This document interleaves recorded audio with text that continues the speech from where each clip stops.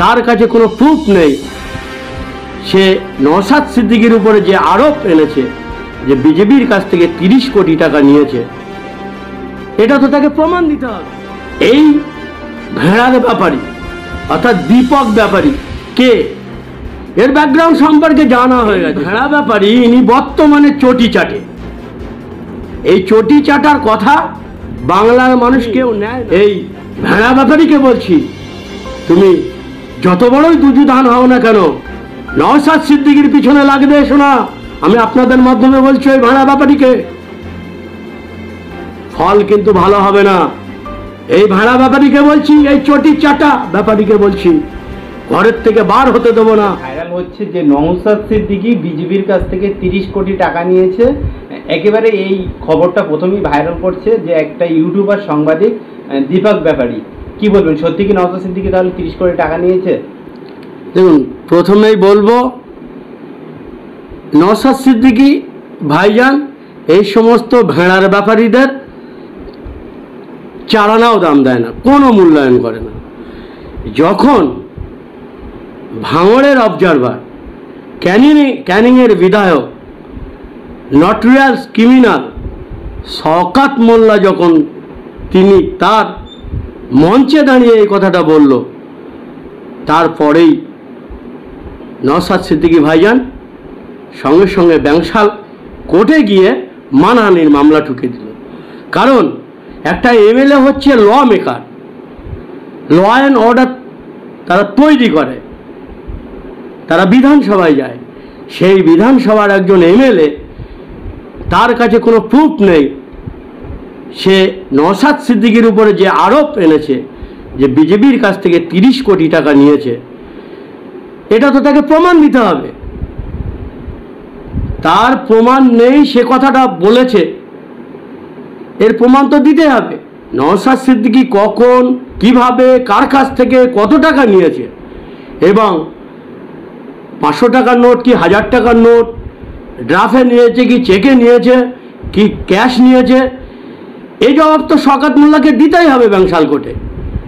শওকত মোল্লা এখন বলছে আমি দীপক ব্যাপারী একটা ইউটিউবার, তিনি বলেছে, সেই কথার উপর ভিত্তি করে উনি জনসমক্ষে মঞ্চ থেকে নওশাদ সিদ্দিকীর উপর কালিমা লিপ্ত করার চিন্তা ভাবনা করছে।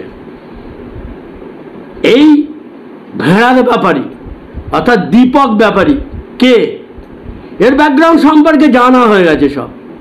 ইনি আরএসএস এর একজন দক্ষ সৈনিক। বিজেপি প্ররোচনায় মমতা বন্দ্যোপাধ্যায় শেল্টার দিয়েছে, ওকে দিয়ে নওশাদ সিদ্দিকীর উপর কালিমা লিপ্ত করার টেন্ডার দিয়েছে।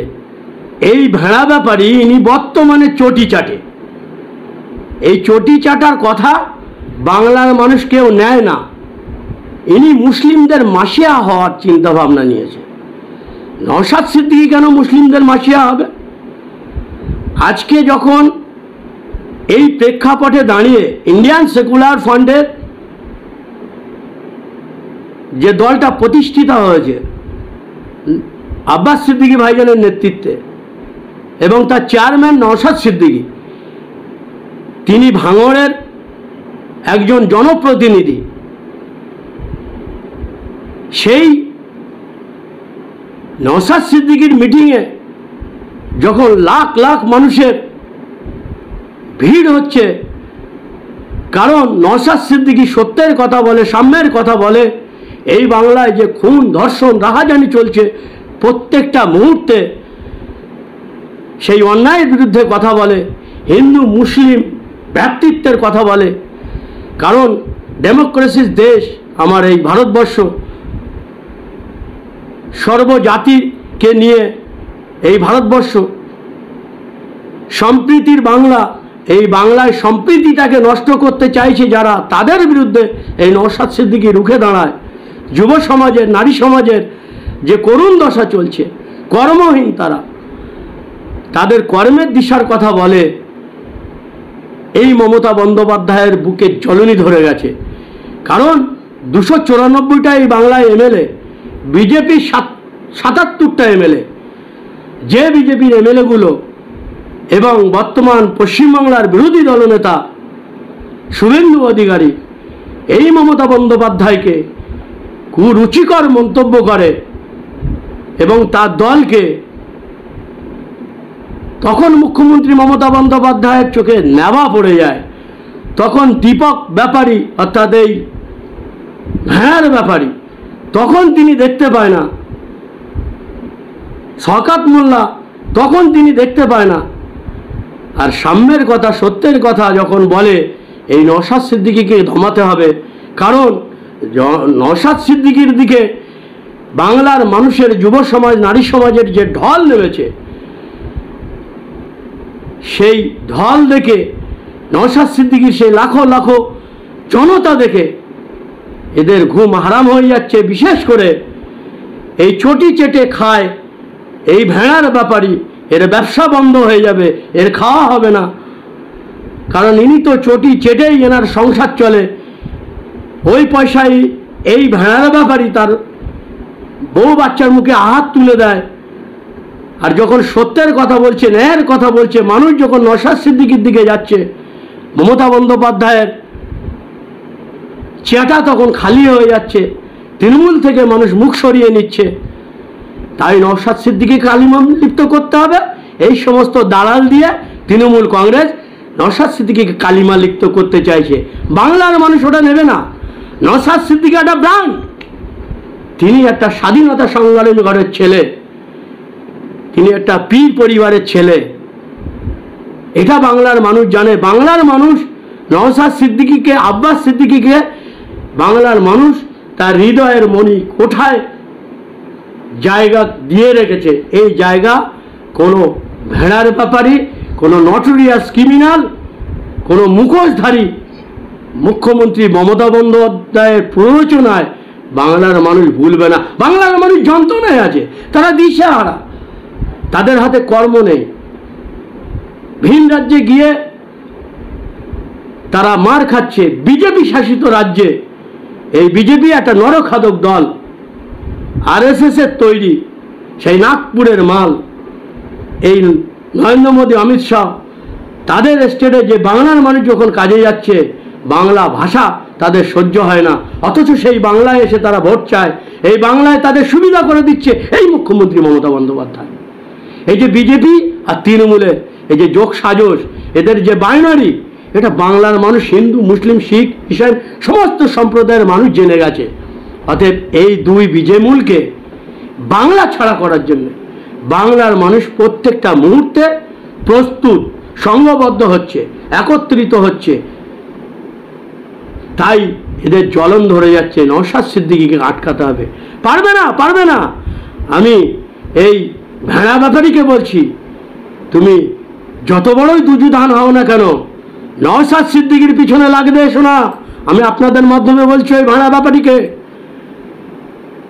ফল কিন্তু ভালো হবে না। এই ভেড়া ব্যাপারীকে বলছি, এই চটি চাটা ব্যাপারীকে বলছি, ঘরের থেকে বার হতে দেবো না। নওশাদ সিদ্দিকীর উপর যে আরোপ লাগিয়েছ, 30 কোটি টাকা তিনি বিজেপির থেকে নিয়েছে, সেটা প্রমাণ তোমাদের কোর্টে করতেই হবে, নাইলে তোমাদের সমূহ বিপদ। আর যদি একেবারে আরো একটা ভিডিও প্রকাশ করছে, সেই ভিডিওই বলছে যে একেবারে কোলাঘাটে শুভেন্দু অধিকারীর সাথে নওশাদ সিদ্দিকী একেবারে 1 ঘন্টা ধরে তার সাথে সাক্ষাৎকার। তাহলে কিসের জন্য? এমনকি বলছে যে এই কথা একেবারে বলেছে ফুরফুরা শরীফে নওশাদ সিদ্দিকীর চাচা ইসমাইল সিদ্দিকী, তিনি নাকি কোনো ধর্মীয় জলসা থেকে বলেছে। দেখুন, বিষয়টা ইসমাইল সিদ্দিকী সাহেব বলেছে কিনা আমি এখনো ফুটেজটা দেখিনি, ভিডিওটা দেখেনি। দেখলে, জানলে, বুঝলে তবেই সেটা নিয়ে মন্তব্য করব। কারণ এই নওশাদ সিদ্দিকীকে বসানোর জন্য, কারণ এই বাংলার মানুষ জানে এই বাংলায় 34 বছরের সিপিএমের শাসনকে ধূলিসাৎ করে এই বাংলার মানুষ এই মুখ্যমন্ত্রী মমতা বন্দ্যোপাধ্যায়কে ভোট দিয়েছিল। এই বাংলায় সংখ্যালঘু ভোট 40% মানুষ বাস করে, সংখ্যালঘু 98% ভোট দিয়েছিল। মমতা বন্দ্যোপাধ্যায় স্বীকারও করেছিল 2011 সালে ক্ষমতায় আসার পরপরই যে সংখ্যালঘুদের একটা বড় হাত আমার মাথার উপরে ছিল বলেই আজকে আমি এই মসনদে। আর সেই সংখ্যালঘুদের সঙ্গে আজকে প্রতারণা করছে, গাদ্দারি করছে এই মুখ্যমন্ত্রী মমতা বন্দ্যোপাধ্যায়। মুসলমানের ভোট এই মমতা বন্দ্যোপাধ্যায়ের পছন্দ হয়, কিন্তু এই মুসলমান সমাজকে যখন বিজেপি, আরএসএস তাদের প্রত্যেকটা মুহূর্তে লাঞ্ছিত বঞ্চিত করছে, ওয়াকফ সম্পত্তি একটা জনবিরোধী নীতি, ওয়াকফ বিল, তারা যখন গায়ের জোরে সংবিধানকে উপেক্ষা করে, সংবিধানের 125 নম্বর 26 নম্বর ধারাকে উপেক্ষা করে এই জনবিরোধী বিল পাশ করলো। আমরা অন্যান্য স্টেট কি দেখেছি, সেই রাজ্যের প্রশাসন, সেই রাজ্যের মুখ্যমন্ত্রী মানে সরকারিভাবে তারা এই ওয়াকফ বিলের বিরোধিতা করে সুপ্রিম কোর্টে কেস করেছে। অথচ এই বাংলায় 40% মুসলমান, 98% ভোট এই মুখ্যমন্ত্রীকে দিয়েছে। আর সেই মুসলমানের পায়ের তলার মাটি সরে যাচ্ছে, তাদের কবরস্থান, তাদের ঈদগাহ, তাদের মসজিদ, তাদের মাদ্রাসা কেড়ে নেওয়ার চক্রান্ত করছে। হাজার হাজার বিঘে ওয়াকফ সম্পত্তি যেগুলো মোদি, অমিত শাহ এরা আত্মসাৎ করে ফ্যাসিবাদী নীতি নিয়ে আদানি আম্বানির হাতে তুলে দেবে, সেই সমস্ত জায়গায় রিসর্ট বানাবে, মদের দোকান বানাবে। এই প্রোপাগান্ডা যখন বিজেপি তৈরি করছে, এই মাননীয় মুখ্যমন্ত্রী মমতা বন্দ্যোপাধ্যায় এই সংখ্যালঘু সম্প্রদায়ের মুসলিমদের সহযোগিতা না করে বরং বিজেপিকে সহযোগিতা করছে। তার জন্য এই বাংলায় যখন আন্দোলন করতে যাচ্ছে, মুখ্যমন্ত্রী সহ্য হচ্ছে না। কারণ মুখ্যমন্ত্রী মমতা বন্দ্যোপাধ্যায়ের, অভিষেক বন্দ্যোপাধ্যায়ের কি বাধা রয়েছে অমিত শাহ, নরেন্দ্র মোদীর কাছে, আরএসএস কাছে। তিনি এখনো পর্যন্ত বলছে যে আইএসএফ তথা নওশাদ সিদ্দিকীর বিষয় আমার কাছে অনেক তথ্য আছে, যদি আমার সাথে লাগতে আসে তাহলে বিষয়টা ফলটা ভালো হবে না আইএসএফ তথা নওশাদ সিদ্দিকীর জন্য। কে বলছো এই ভাড়ার ব্যাপারে? এ কথাটা কে বলেছে? ভাড়ার ব্যাপারে ইউটিউবার যে ভাড়ার ব্যাপারে দেখতে চাইতো ইউটিউবার, এই ভাড়ার ব্যাপারে ওর কত বড় ক্ষমতা আছে। আগে ব্যাংশাল কোর্টে যে মানহানির মামলাটা হয়েছে, আগে ওইটাকে সামাল দিতে বলো। আর আপনাদের মাধ্যমে বলবো, ওই দীপক ব্যাপারী অর্থাৎ ভেড়ার ব্যাপারী নওশাদের দিকে চোখ তুলে তাকিও না। যদি তোমার প্রুফ থাকে ওর পিছনে লাগো, নাহলে তোমার কোনো দাদা কোনো দিদি বাঁচাতে পারবে না। গণতান্ত্রিকভাবে আমরা কিন্তু তোমাকে বাড়ির থেকে বার হতে দেবো না, যদি নওশাদ সিদ্দিকী এই যে আরোপ লাগিয়েছ প্রমাণ না দিতে পারো। আগে কোর্টটাকে ঠেলো। শওকত মোল্লা আর এই ভেড়ার ব্যাপারী, এদের দুজনার সামনে সমূহ বিপদ। আগে কোর্টে যে মামলাটা করেছে, নওশাদ সিদ্দিকীর উপরে যে আরোপ লাগিয়েছ, সেই প্রমাণটা আগে সেখানে দাও, নাহলে আত্মসমর্পণ করো। যদি এক বাপের বেটা হয়ে থাকো দীপক ব্যাপারী, ভেড়ার ব্যাপারী, চটি চাটা ব্যাপারী, সেখানে গিয়ে প্রুফ দাও। প্রুফ দিয়ে তুমি তোমার চ্যানেলে এসে জানাও যে হ্যাঁ এই টাইমে এই সময় এর উপস্থিতিতে অমুকের কাছ থেকে এত লক্ষ টাকা এই নওশাদ সিদ্দিকী নিয়েছে, ক্যাশে নিয়েছে, চেকে নিয়েছে, ড্রাফে নিয়েছে, সেটা জানাও। যদি ক্যাশে নিয়ে থাকে কত টাকার নোট, 500, 200, 1000, 2000, সেটা প্রুফ দাও, তবেই বলবো তুমি বাপের বেটা। তা নইলে বাকিটা বললাম না, এই বাংলার মানুষই তোমাকে বলবে। একেবারে তিনি বলছে আইএসএফ তো ছোট দল, বিজেপিকে তাই আমি নাকানি চোখানি খেয়েছি, সেখানে আইএসএফ এর সাথে লড়াই করাটা আমার কোনো ব্যাপার না। এই ভেড়ার ব্যাপারই জানে না ছোট লঙ্কার ঝাঁঝ বেশি। বিজেপিকে নাকানি চোখানি খাওয়াচ্ছে, ওটা তো ওদের অভিনয়। যেমন মমতা বন্দ্যোপাধ্যায় আর মোদি, এদের স্নায়ু লড়াই চলছে। এদের লড়াইটা মিডিয়ার মাধ্যমে দেখি। ও তো সেই নাগপুরের প্রোডাক্ট, আরএসএস এর প্রোডাক্ট এই ভেড়ার ব্যাপারে। এদের তো গটাপ আছে, চুক্তি আছে। আমি আপনাদের বিষয়ে বলবো, আপনারা কিছু বলবেন না। এই সংখ্যালঘু ভোট যে মমতার থেকে কেটে যাচ্ছে, মমতা তার গদিচ্যুত হবে, এই মমতার গদি রক্ষা করার জন্যে এরকম এই ভেড়ার ব্যাপারীদের পুশিং করছে। এই ভোট যত কাছে আসবে আরও এরকম দেখবেন অনেক ব্যাপারই থাকবে, বেড়ার ব্যাপারই থাকবে, অনেক চাটুকারিতা থাকবে, অনেক টুপিওয়ালা দাড়িওয়ালা মানুষকেও ফিট করে দেবে এই নওশাদ সিদ্দিকীর বিরুদ্ধে, নওশাদ সিদ্দিকীকে কালিমা লিপ্ত করার জন্য। কারণ তাদের টাকা আছে, টাকা দিয়ে এসবগুলো করবে যাতে মানুষ নওশাদ সিদ্দিকীর থেকে মুখটা ফিরিয়ে নেয়।